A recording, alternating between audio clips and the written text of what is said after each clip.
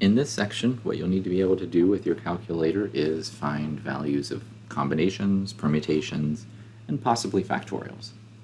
Now, we also learned about the fundamental counting principle in this section, but that's generally just done with multiplication and exponents, so there's not really a need to demonstrate that. I think you guys can handle that already.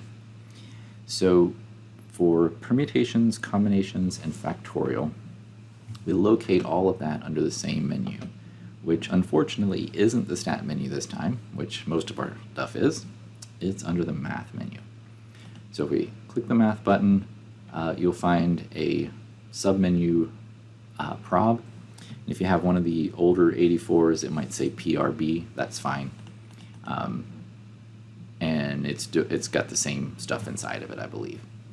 So, but you will find NPR, NCR, and the exclamation point for permutations, combinations, and factorials. Now, the way these functions work is that it tries to make it look like the notation from the textbook or your homework. And so you'll put a number on the home screen first, and then you'll come and get these functions and so forth. So let me show you how we would do one. All right, I'm going to clear this out, and let's say we want to do 9 factorial. All right, so clearly we could just do like 9 times 8 times 7 times 6 and so forth to get down until we get down to 1. But the calculator can help out if we go under the math menu and slide over to prob and down to the factorial.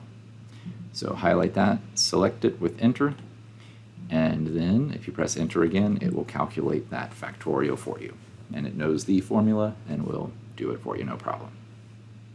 Now, the only time there might be an issue is if you have a number that's large, and it really doesn't take a very large value to get the calculator to have problems with displaying the answer.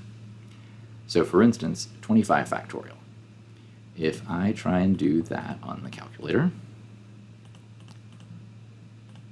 and the answer I get looks like this. So clearly the answer is not 1.55, but that E25 at the end, that's scientific notation. So that's saying that the answer is like 1.551 times 10 to the 25th power. So there's like 26 digits in this number that's the answer, just the calculator can't display all of those digits. So it switches to scientific notation instead.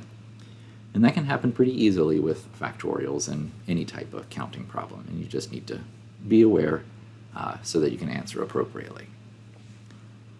So next up, let's look at permutations and combinations. So let me clear everything back off here.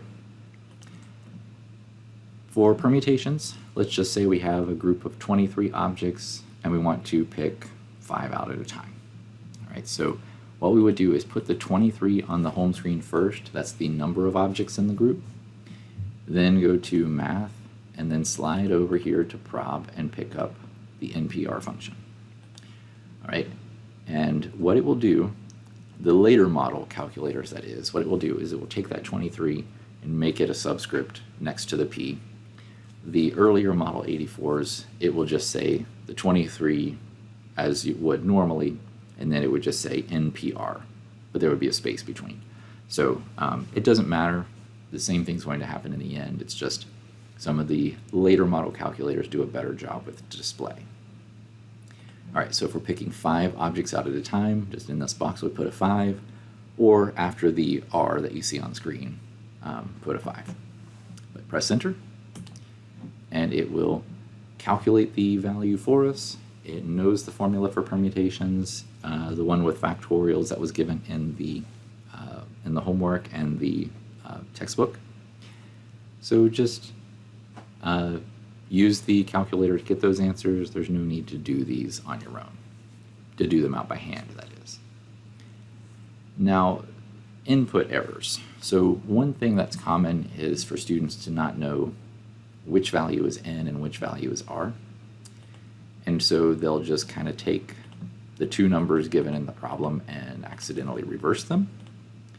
If that happens, you always get an answer of 0, and that's supposed to signify an error. But you just have to interpret and say, okay, well, there's clearly more than 0 ways of arranging 23 objects. So clearly that's just an error message. All right, combinations are done in the exact same way. So let's say we want to do the 23 objects again, but this time we want a combination of 5 objects taken at a time. So then go under the Math menu, slide over to the Prob submenu, and come down to NCR, and then put the 5 after the function. And again, it knows the formula for doing these, and it will do the formula for you, so there's no reason to do these out by hand. Just get your answers from here.